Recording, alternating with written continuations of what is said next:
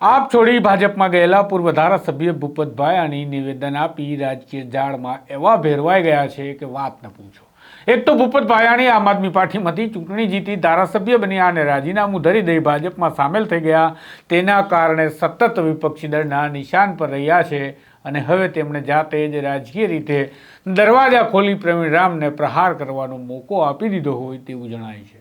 અને આ મોકો ઝડપતા પ્રવીણ રામે પણ એવા 3 સવાલ પૂછી નાખ્યા કે ભાયાણી જવાબ આપે તો પણ ભેરવાય અને જવાબ ન આપે તો વધારે ભેરવાય. વિગતે વાત કરીએ. ઇકોઝોનના વિરોધમાં ચાલી રહેલા આંદોલન સામે પડી ભૂપત ભાયાણીએ કેવી રીતે આફતને નોતરું આપ્યું તેના વિશે. વૈષ્ણવજન તો તેને કહીએ જે પીડ પરાઈ જાનાને રે. નમસ્કાર, હું છું આપની સાથે તુષાર બસિયા. નવજીવન ન્યૂઝમાં આપનું સ્વાગત છે. ગીર સોમનાથ, જૂનાગઢ અને અમરેલી જિલ્લાના કેટલાક ગામડાઓ જંગલ આસપાસ હોય ત્યાં ઇકો સેન્સિટિવ ઝોનને લાગુ કરવાની હાલ તજવીજ ચાલી રહી છે. ત્યારે બીજી તરફ ઇકો ઝોન લાગુ ન પડે માટે કેટલાય સ્થાનિકો અને કેટલાય સ્થાનિક નેતાઓ મુહિમ ચલાવી રહ્યા છે અને રીતસર આંદોલન કરી રહ્યા છે. એવામાં સત્તા પક્ષના એટલે કે ભાજપના સ્થાનિક પ્રમુખો પણ સુડી વચ્ચે સોપારીમાં મુકાઈ ગયા હોય અને નાગરિકોના પક્ષમાં તેઓ પત્ર લખી પોતાને પાક સાફ નાગરિકો સમક્ષ સાબિત કરવા માટે પ્રયાસ કરતા આપણે જોઈ ચૂક્યા છીએ. કદાચ હાલ તો ભાજપના સાંસદો અને ધારાસભ્યો પણ મૂંઝાયા છે કે આ પાછું જાય તેવું દેખાતું નથી અને આવે તો ખૂબ ખરાબ છે તેવું આપણે ભૂતકાળમાં ગીત ગાઈ ગાઈને કહેતા હતા. તો હવે કરવું શું અને મતદારોને આપણે મોં બતાવવું કેમ? આમ જે અડે દાજી જાય તેવી સ્થિતિ ઇકો સેન્સિટિવ ઝોનના કારણે પરિણમી છે. ત્યારે આમ આદમી પાર્ટી છોડી અને ભાજપમાં સામેલગીરી કરી તેનો વિવાદ હજુ ભૂપત ભાયાણી માટે બંધ નથી થયો. ત્યાં તેમણે ઇકો સેન્સિટિવ ઝોન બાબતે આંદોલન કરી રહેલા નેતાઓ અને લોકો માટે નિવેદન આપ્યું અને જાતે જ જાણે આફતને આમંત્રણ આપી દીધું છે રાજકારણમાં તેવું લાગી રહ્યું છે. પ્રવીણ રામે ભૂપત ભાયાણી માટે શું કહ્યું અને કેવા સવાલ પેદા કર્યા છે એ તમે જુઓ. તાજેતરમાં વિસાવદરના પૂર્વ ધારાસભ્ય અને અવતારી પુરુષે હમણાં ઇકોઝોન માટે જે લડવા લોકો નીકળ્યા છે એના માટે બયાન આપ્યું છે, એના ઉપર આક્ષેપો કર્યા છે. ઇકોઝોન માટે પહેલાથી જ મેં પ્રતિનિધિત્વ કર્યું છે ત્યારે એમણે જે કોઈ પણ આક્ષેપો કર્યા છે એ આક્ષેપોના મારે શબ્દશઃ એને જવાબ આપવા છે. એ અવતારી પુરુષને મારે એ જવાબ આપવા છે કે વિસાવદરના પૂર્વ ધારાસભ્ય ભૂપતભાઈ ભાયાણીએ એવું કીધું કે ઇકોઝોન માટે હમણાં ઘણા બધા લોકો લડવા નીકળી પડ્યા છે. તો મારો એ શબ્દમાં વાંધો છે. તમે એવું કીધું કે નીકળી પડ્યા છે તો ભૂપતભાઈ, વડીલ મુરબ્બી ભૂપતભાઈ, જ્યારે ખેડૂતોને નુકસાની આવે ત્યારે નીકળી જ પડવું પડે. તમારી જેમ ઘરમાં ન બેસી રહેવાય, નીકળવું જ પડે. બીજી વાત, તમે એવી વાત રજૂ કરી કે આમાં જે લોકો લડાઈ લડી રહ્યા છે, ઇકોઝોન માટે નીકળી પડ્યા છે, એને એ કોઈ સાચી માહિતી નથી આપતા, લોકોને ગુમરાહ કરે છે. તો હે કાયદાના જ્ઞાતા, હે અવતારી પુરુષ, હે જ્ઞાની પુરુષ, તમને આખી માહિતી હોય ઇકોઝોનની તો તમને કોણ રોકે છે? અમે ક્યાં રોક્યા છે? જાવ ને જનતા વચ્ચે. અમે ખોટી માહિતી આપતા હોય, ચાલો માની લઈએ જનતાને, તો તમે જનતા વચ્ચે જઈને સાચી માહિતી આપો ને જ્ઞાની પુરુષ. બેઠા બેઠા વાતો કરવાનો કોઈ મતલબ નથી. ત્રીજી વાત તમે એવી કરી કે ભાજપને નુકસાન કરવા માટે નીકળ્યા છે. કેમ ભાઈ? ભાજપને નુકસાન કરવા વાળી વાત આવી તો તમે બહાર આવ્યા. અત્યાર સુધી ઇકોઝોનને નુકસાન કરવા વાળી વાતને 3 મહિનાથી આંદોલન ચાલતા હતા, ક્યાં હતા તમે? ભાજપને નુકસાન થાય તો ન પોસાય, ખેડૂતોને નુકસાન થાય તો પોસાય. ખેડૂતોને નુકસાનની વાત આવે તો તમે નીકળી પડો, બાકી ભાજપના નુકસાનની વાતમાં તમને જરા પણ સહન થતું નથી. તમે આગળની વાત એવી કરી કે પેલા તો 2016 થી આ કાયદો લાગુ છે ત્યારે તો 300 ઉપર ગામડાઓ આવતા હતા, હવે તો 196 જ ગામડા આવે છે. અરે અવતારી પુરુષ, જ્ઞાની પુરુષ, તમારી પાસે થોડું ઘણું જ્ઞાન ઓછું હોય તો તમને જણાવું કે 2016માં આ કાયદો સ્થગિત થયો હતો અને ત્યારથી જે 300 ઉપર ગામડાની જે વાત હતી એ એક સરકારનો પરિપત્ર હતો, કાયદો નહોતો. અને આજે પણ કાયદો નથી પસાર થયો, હજી તો જાહેરનામું આવ્યું છે. પરિપત્રમાં અને કાયદામાં હાથી ઘોડાનો ફેર હોય ભૂપતભાઈ, એટલી માહિતી તમારી પાસે હોવી જોઈએ. બીજી તમે એવી ટીકા ટિપ્પણી કરી કે આમની અંદર જે લોકો નીકળી પડ્યા છે ઇકોઝોનની વાતને લઈને લોકો રાજકીય રોટલા શેકવા આવ્યા છે. મારે તમને પૂછવું છે, તમે આમ આદમી પાર્ટીના ધારાસભ્ય હતા, પ્રજાએ તમને મત આપ્યા, એમાં તમે પ્રજાનો વિદ્રોહ કરીને ભાજપમાં ગયા, તો ત્યાં શું તમે ભજીયા તળવા માટે ગયા છો?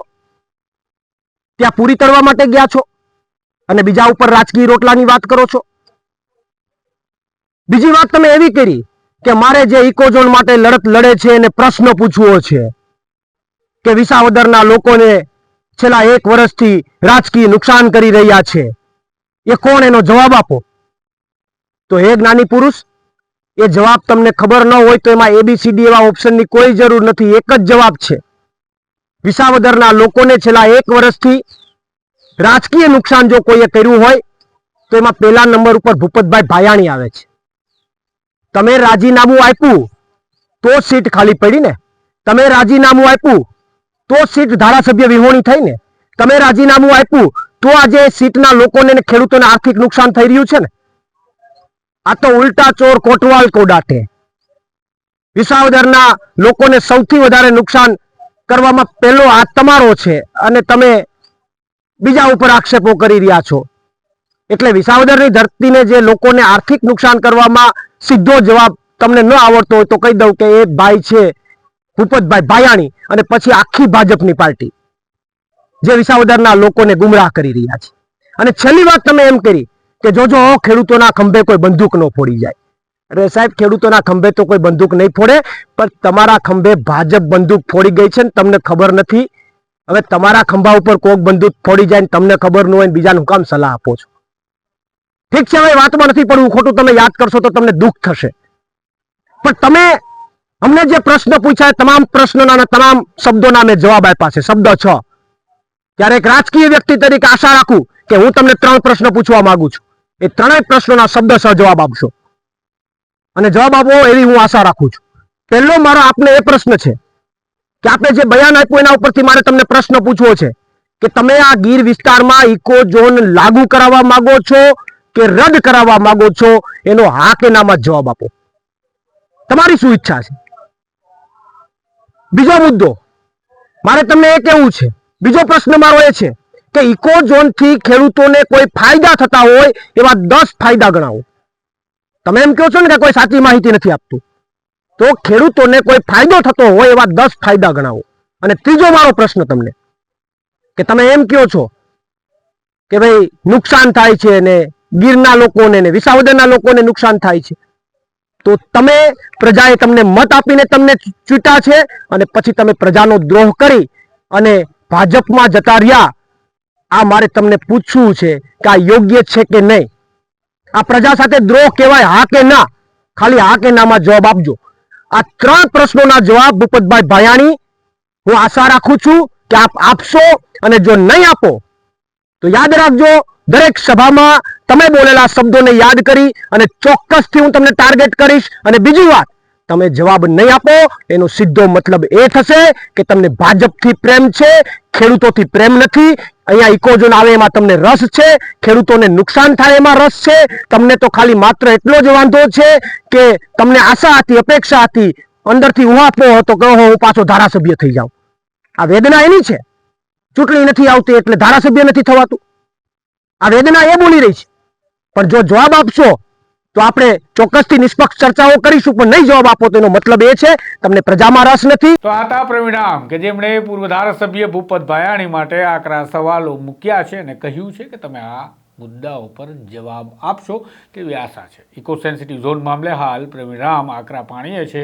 વિવિધ વિસ્તારોમાં વિરોધ પ્રદર્શન અને આંદોલન કરી રહ્યા છે. તેમનું કહેવું છે ઇકો સેન્સિટિવ ઝોન ખેડૂતો માટે નુકસાનકારક છે, જ્યારે આ બાબતે સરકારી પક્ષે કહેવાનું થાય છે કે ઇકો સેન્સિટિવ ઝોન બાબતે કેટલીય ભ્રમણાઓ અને ગેરમાન્યતાઓ ફેલાવી દેવામાં આવી છે, જેના કારણે ખેડૂતોમાં ડર છે. ખરેખર આ પ્રકારની કોઈ પણ વાત આ કાયદાથી થવાની નથી. જોઈએ આગામી સમયમાં શું થાય છે. હાલ તો ઇકો સેન્સિટિવ ઝોનનો વિરોધ થાય છે એ દેખાય છે અને ઇકો સેન્સિટિવ ઝોનના કારણે સત્તા પક્ષના નેતાઓ ભેરવાતા દેખાય છે. આ પ્રકારના અહેવાલ, સમાચાર, વિગતવાર માહિતી, પડદા પાછળની કહાની અને એ બધું જ જે તમારે જાણવું જરૂરી છે નવજીવન પહોંચાડવાનો પ્રયાસ કરે છે.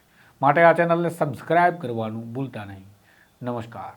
વૈષ્ણવજન તો તેને કહીએ જે પીડ પરાઈ.